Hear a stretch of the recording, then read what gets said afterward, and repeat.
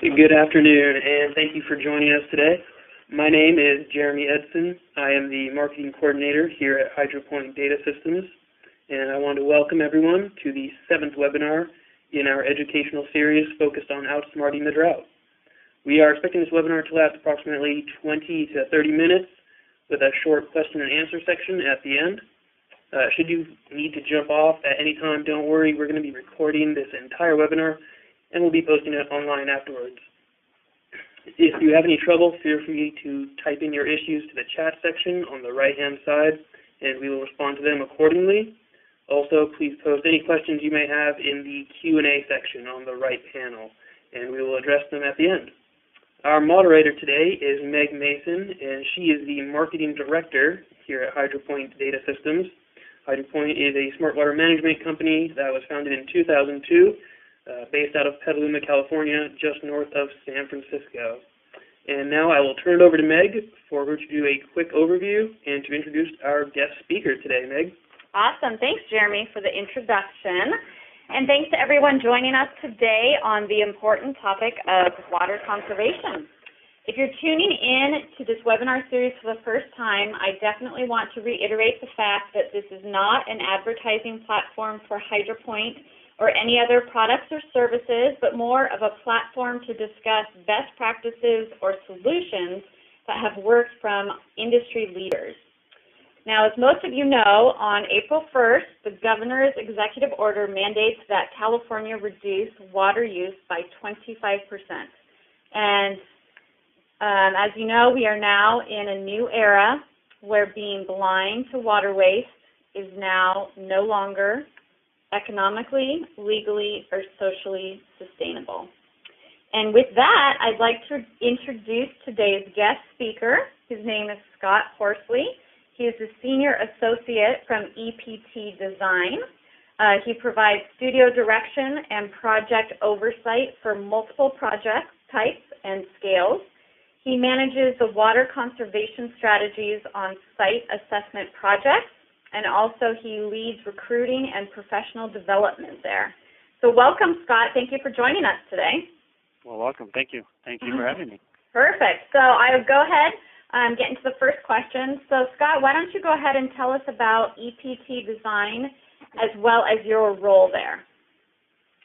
All right. Well, welcome, everyone. So EPTDESIGN is we're a landscape architecture firm. I've been around since about 1962, so we've been around a while. We have a couple studios. We have one in Pasadena, and we have one in Irvine. And hopefully soon we'll be moving the Irvine one to Laguna Beach, so that's exciting too. Nice.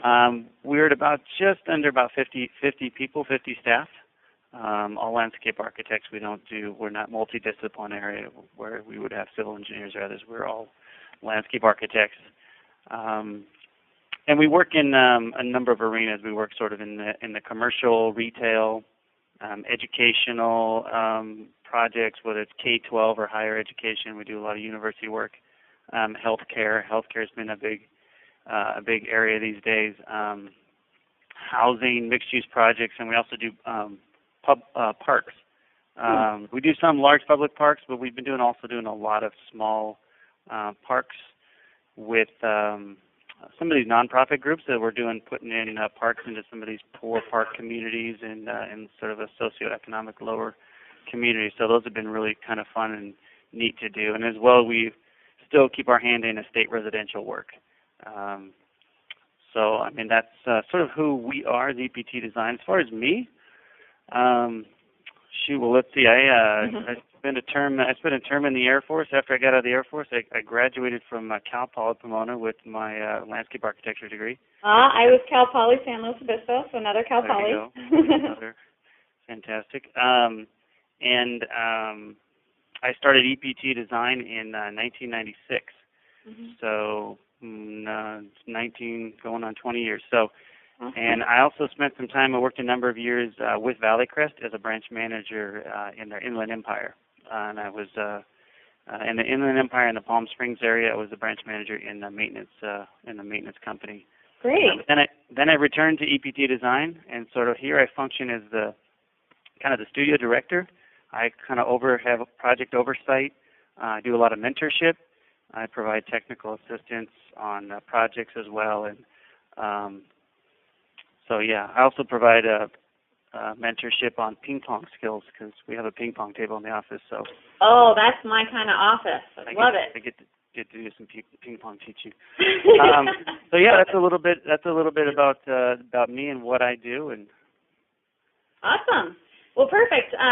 So let me ask you this then: is how has the drought and the governor's mandate changed your approach to water conservation? What have you seen any changes down where you are and people's reactions? Well, how has it changed our approach? Yeah. Well, to be honest, it really hasn't changed our approach. I like to think that our approach has been somewhat similar. I think what it's definitely changed is it's changed the conversation. It sort of opened a lot of doors for us to open that conversation about how people are using their water and how they're applying it in whether they're responsible or irresponsible ways. So, but yeah, I mean, I think it's definitely opened that conversation. I would imagine, the group that's listening on this they've probably been thinking about it for a while too, and so now it's really surfacing and kind of coming to a head. And so I think it's really opened a lot of conversations for us. Mm-hmm. You had mentioned that the water waste is it's no longer economically, legally, or socially sustainable, and I think obviously you're right. Economically, it's easy, right? I think it's easy if we're losing money and we're paying high water bills and we can find ourselves and others to save money, we're going to do it. They're going to do it. They got no problem. I've saved money. I think it's easy. Legally, that's one of the things we're running into, and I think it's been clamping down. The Cal Green codes have gotten more strict over the last 5-6 years as they've come out, and then with these new restrictions, obviously applying a lot more pressure. But I think the socially one is becoming really more and more important and more prevalent with our clients, that they're, even when maybe economically it doesn't make sense, it's starting to socially make sense. And so I think that's where the conversations are coming around. So things like water harvesting. I think sometimes water harvesting of our storm runoff is economically sometimes still tough because of the amount of rainfall we get. But we're still getting clients that are saying, I know it's not going to pan out. It's not a return on investment for 7 to 10 years, but it's still something I really want to look at and I really want to do. So the mind frame is changing a little bit, I think. Interesting. So are you seeing more people interested in water harvesting as opposed to, it wasn't even a conversation starter before? Absolutely. I mean, I think they absolutely are. Gray water systems as well, and I think even our local agencies and things like that are having a hard time keeping up with gray water systems and what are the codes and the plumbing codes on it, and I think there's a lot of everybody's trying to scramble and figure those out as they want to utilize that water as a resource. And subsequently, I think that our reclaimed water sources that we have, the reclaimed water agencies, I mean, to be honest, that's a regional water harvesting or gray water system, right? It's just at an enormous scale. Mm-hmm. So I think the more that we can focus on that infrastructure and finding out ways to utilize that water, not only is it more sustainable because we're reusing it, but it's half the price. So I think being able to find ways to tap into that resource, and being able to communicate and educate those to maybe where it's possible and how to bring water into those facilities if it's not there currently. Definitely. Well, let's move on to the next question. Is what are the most effective smart water management tools or practices that you see? Well, I think data, getting data. I know there's a number of tools that we could talk about for that, but getting data, being accountable, having an accountability in terms of a practice, and I can maybe go into that a little bit more. And then sort of another big one is just monitoring your flow, monitoring your water flow, because we've seen so many, when you don't know, when your system doesn't realize that something terrible is going on, and you're not monitoring that flow, there's some enormous water losses that hit. But I think in terms of data, I mean, I think you really got to know what you're currently using, and if you don't have that data, if you don't know what you're using, I think that's sort of the first step. I mean, as we design systems, we're mandated to stay within what's called the MALA, or the maximal allowable water use. Mm-hmm. And so when we're designing sites, we have to stick within that. And you can look at it in any number of ways, but it usually comes to about, a number that I use is about 20 gallons per square foot on an annual basis. So on average over your site, your maximum allowable water use that you can put it in a square foot of your site is about 20 gallons of water. And then try to know what your site actually is doing. So if you through your water meters and the amount of water that you're using versus how big your site is, I can quickly assess a site. If I know the square footage of that site and you tell me how much water you're using, I can tell just quickly based on if you're a gross polluter in the water category, I can tell real quickly just based off how big your site is and what your annual usage is. Go ahead. Oh, I'd say, but of course, doesn't that take into account of what type of plants you have, how much turf, all of those variations as well, variables? Oh, absolutely. Mm-hmm. Yeah, no, it definitely does, and that obviously goes back into the design of it. But even if we start at ground one, where the code, if you're building a new project, no matter what kind of plant material you want to put in, they're going to tell you right off the bat you can only use this much amount of water. Mm-hmm. So if you use that as a barometer to say, shoot, how am I doing just based on the new code and the maximum allowable water I'm supposed to use? And I'll be honest, the sites that we assess are usually way, way, way, way above that maximum allowable water use. And it's really? They do not know their data. They're not looking at it. They don't see it. And if they do, there's no accountability set up for that to know how to react to it.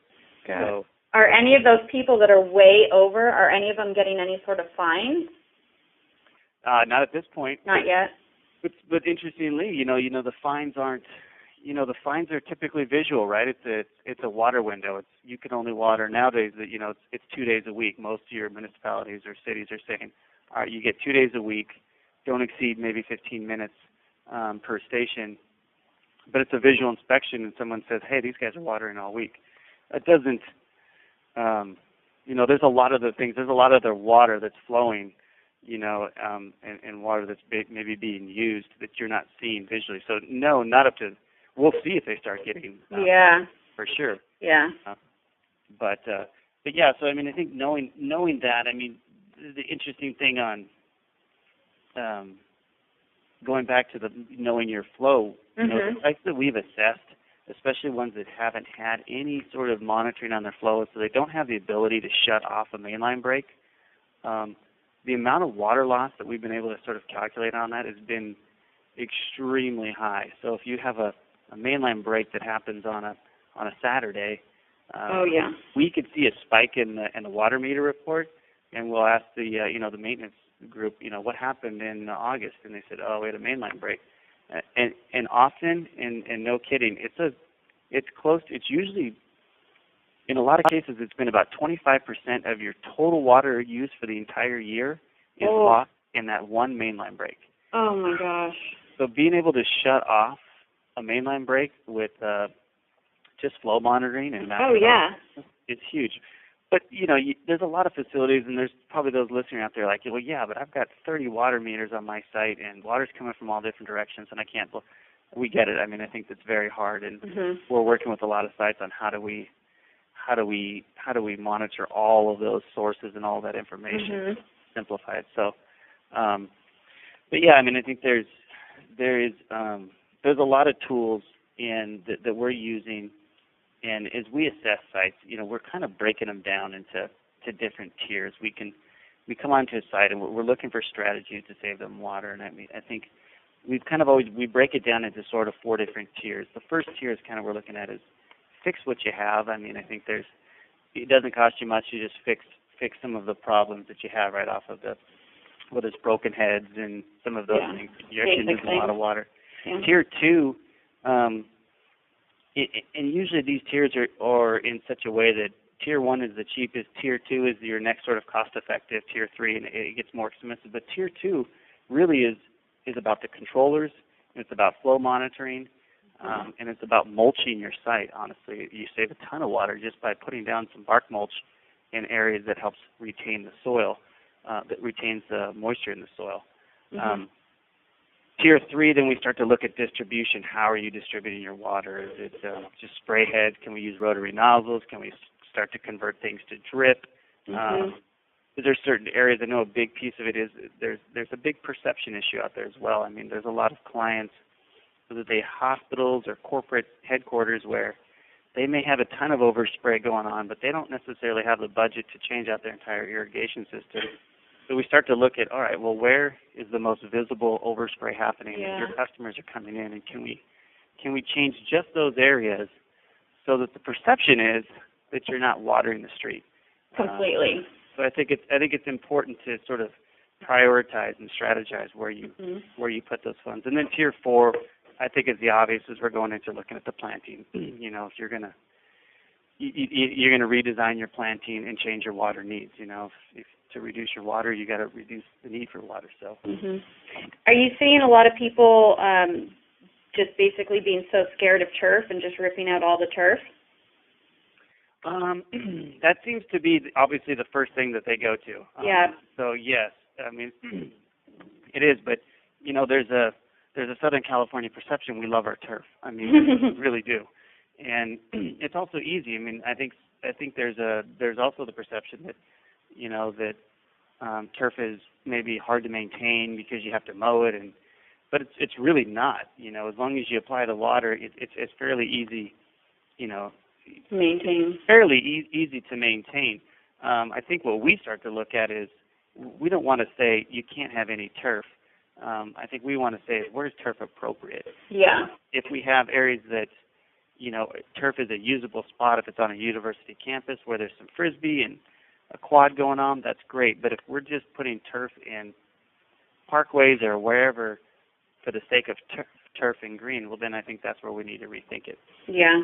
You also have these municipalities that are probably listening, and you know, parks as well, that have huge amounts of turf. I think they face some of the steepest challenges as you move forward, and they have to cut back water and sort of what's a park without a large turf area. So completely. And it's interesting you say about how, you know, customers out there have to really evaluate what is their ultimate goal, and can they take different pieces, different areas, and do, you know, add turf in one area or another, because, you know, we have some other healthcare organizations as well, and, you know, if you're at a hospital where people are having surgery and there's going to be a lot of healing going on, they want to be sure that when they look out that window, they're not looking at brown grass. They, you know, that's part of the healing process. So just like you're saying, is that's part of the appearance that they want to portray. So in some areas they can, you know, make sure that outside of people's recovery rooms they have gorgeous turf, but other areas, maybe by, I don't know, where the garbage cans are in the back, you know, doesn't it necessarily have to have as much lush turf. Correct. I mean, there's, you know, you can meet your water requirements and still have turf. Exactly. You have to be smart about where you do it, and you also have to be smart about, you know, how you apply your water. And, Definitely. Don't over apply.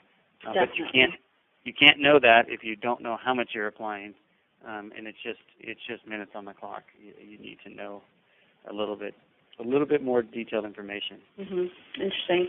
Well, let me ask you this then: is what have been any of your biggest obstacles? Besides not having enough water? Well, we all have that obstacle. Let's see. You know, honestly, sometimes it's a tough discussion, but it's honestly the facility maintenance and operation staff, and it's not so much a knock on them, but I think it's because there's a lot of things that are changing out there, and they're also strapped with budgets that they're trying to work under as well. But you know, they may not know the data that well either, but they have the most power to really save the water because they're the ones out there. And I really think that our industry in terms of saving water, I think we can apply all the strategies we want, but I think how it's operated is really, really critical. And as we've done numerous site assessments on different facilities, smart irrigation's been around for a number of years, whether it's ET-based and weather-based systems that are designed to run sort of automatically based on ET rates and weather data. But I can say probably 8 times to 9 times out of 10, when there is a system that is in place that can do all of that, that it's been shut off and overridden. Mhm. And it's because that, I think it's because that they need to. There's some problems that they're having, and they're maybe not trained well enough in that system. Yeah. To know how to apply more time the correct way, rather than the way that they've always known it, is to shut the system off and add more time manually on the clock. And once you do that, you shut down the smart portion of it. Yeah. And then we have water. And it's really been a big issue with the maintenance staff out there, that they just have not trusted these systems. Mhm. And to be honest, they're managing perceptions. They're not managing their data, right? They don't want to be yelled at. Yeah. They don't want somebody to come in and say, "Why is my turf brown?" Yep. So they apply more water because they want to manage. They want to make themselves look good, and so they want to make sure that they keep everything green. So they apply more water. So they're really managing those perceptions. They're not managing their data, and it goes into a number of things. I mean, as we go through and look at these systems, there's often a cracked head or a loose cap on a spray head. And the amount of water that you lose through just those small maintenance items was shocking to me. But it's enormous, the amount of water you lose through that. Or if your pressure is too high in certain areas, your valves are leaking. It's astonishing when you start to go through systems and you start to go, wow, is there anybody looking at this? So it goes back to the accountability thing. I think having people being held accountable, but looking at these systems on a regular basis and that being a requirement, but then also these facilities supporting that maintenance staff in it, because they can only do so much with the facility budgets that they have. So, but then it goes into training, and I think that's a huge component to it. So we talk about that being our biggest obstacle. Sort of how do we get over that? Well, these folks need to be trained. They need to train not to add time to the clock, but to maybe change the efficiency rating of that zone or whatever it might be. And it's so it's setting up training programs, again providing the budgets for that to happen, so that the staff that are doing it are well trained. And then as we design them a new project online, and now we're building another hospital right next door to it, that we're matching those same standards that they're already trained to. And so anyway, it's definitely a ripple domino effect, but and it's tough. It's easy to point the finger at those that are on the site, but I think they're also strapped with a lot of constraints. Oh, of course. Budget cuts, I can only imagine. And so they have to be efficient too. Correct. And part of our strategy is finding out how to, their funds, their budgets come in two places, right? They come on the facility side, or they come on the capital side. The capital side from corporate or whoever it might be. And we're trying to find ways to say, let's get those capital funds down to the facility. So if we have a water conservation strategies for a site, let's not expect the facility to fund this, but let's find ways to get that capital funds into that facility. Definitely makes sense. Well, let me ask you this then. We kind of talked a little bit about it, but what would you say are some biggest misperceptions that people may have regarding water conservation?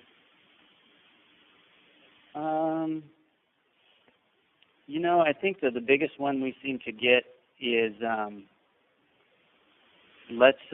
we just need to change it. We just need to go to native plants. If we plant California native plants, they don't require water, and we're good to go. Yeah. But I think it's the term native is tough, is a tough term. I think there's a lot of appropriate use for native plants, and we're gonna push them constantly. But at the same time, the perception of what native plants really look like you know, is tough. And I think when you give somebody a full native palette, a couple of years down the road, they start to go, ooh, this is not lush and green. Yeah. So there's a perception on what's beautiful, to be honest, right? So yeah. what's a beautiful landscape, and you know, and when you're looking at native plants have a real ugly period to them. Mm-hmm. So there's a time when your landscape isn't looking so good. Retail environments, you know, corporate office environments, when they're trying to lease space, that doesn't work. Yeah. They can't sell space. They can't sell donuts. They can't sell whatever they're trying to sell there. They need to bring people in, and sometimes that landscape is difficult. So I think there's a big misperception in what when you say native plants, that's going to save me water, but what does that really mean? Yeah.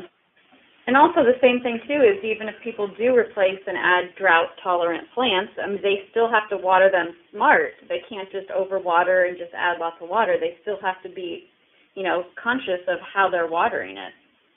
Correct, and I think the you know, by and large, you know, the public in general doesn't understand native plants and how they water, because typically when it gets really hot, you know, the perception is I got to water the plants because that's what my turf needs. Well, if they're native plants, they're native to this environment, this region. We don't get a lot of water in the summer. These native plants don't particularly like water in the summer. So there's a lot of plants, ceanothus. There's some of these other native plants that if you water them there in the summer, you're going to kill them. So it's, you know, really understanding what you have is and setting up your systems, again, going back to training accordingly, is really critical. Great. Well, thank you, Scott. We have a couple audience questions. Why don't we switch over to those? So, Jeremy, do we have any audience questions? Yeah, it looks like we do. We have a few. One of the really good ones we have here, they asked, how do your landscape designs meet the needs of clients while still being realistically sustainable? That's the $1 million question, right? Of course. It's a great question. I mean, I think the, you know, going back to the misperception issue is that we want to use native plants because we believe it's sustainable to the region. But I think beyond that is I think we're looking at the use of adaptable plants, right? Ones that have proven the test of time. You know, interestingly, we had Orchard Hills down in Orange County had a project, you know, and it had been under construction, you know, during some of the recession times in 2008 and 2009. They basically stopped construction on that project, and we had installed a huge amount of plant material, but they were just going to let it go. To be honest, they shut the water off, and they shut everything off. We had planted the site, and it sat there for about 2.5 years unwatered by irrigation. And so the interesting thing is we came back to that site, and you know, when the economy got better and said let's pick it back up again, it was interesting to look like, okay, what actually survived and did well. And you know, it was a lot of the plants that were more adapted to the site, Raphia lepis, and some of these things that, you know, that maybe are pretty typical shrubs in plant material, but it's really looking at those kind of shrubs that can survive and adapt over time and be tough without a lot of maintenance and without a lot of water, but yet still provide a landscape value to it. So it's a good question because you're really trying to provide an aesthetic look that is really pleasing, but at the same time reduce your need for water and maintenance. You know, maintenance in terms of energy costs and things like that. So going back to, there's nothing wrong with putting down turf, but I think it's in moderation, right? We love ice cream, but we need it in moderation. You know, and I think it's the same thing with turf. I think we just need to be smart about our plants and not try to get too creative with the native palette, but to really look at what's adaptable and what is really a staple in our landscape. Definitely makes sense. Well, I think we have time for one more question. Jeremy, has another question? Yeah, we have one other one. Is where is the majority of water used in landscapes? And I think they're referring to what is it, turf, or is it plants, or you know, what is it that needs the most water typically? Well, right off the, well, if we think statewide, it's agriculture. Yeah. But we can't go there. We're talking about landscape and and irrigation for our landscape. But they're sucking up 80% of our water. But beyond that, if we go into our landscape, I mean, the first thing is obviously the turf, and it's your cool season turfs at that. Your tall fescues or marathon or whatever it might be, over your warm season grasses, which are Bermudas and those sort of things. But so it's your turf is your first one, and annual color. If you're really, really into annual color, you're using a lot of water. So it's those two things, and then going back to that, outside of the plant material itself, it's mainline breaks and system failures.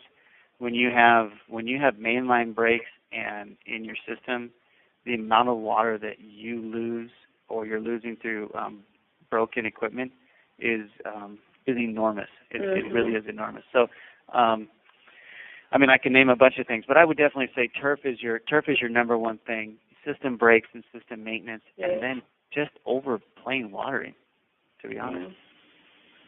Well, perfect. Well, thank you again, Scott. That's all of our questions. And thank you again for joining us today. This was a great session. We are recording this session, so we'll be posting it on our Drought webinar webpage within the next hour or two. Again, Scott, thanks for joining us today. And we will be here the same time, same place for another webinar next Thursday. And thank you, everybody, for joining us today, and have a great rest of your day. Thank you, Scott. Thank you. Bye. Bye.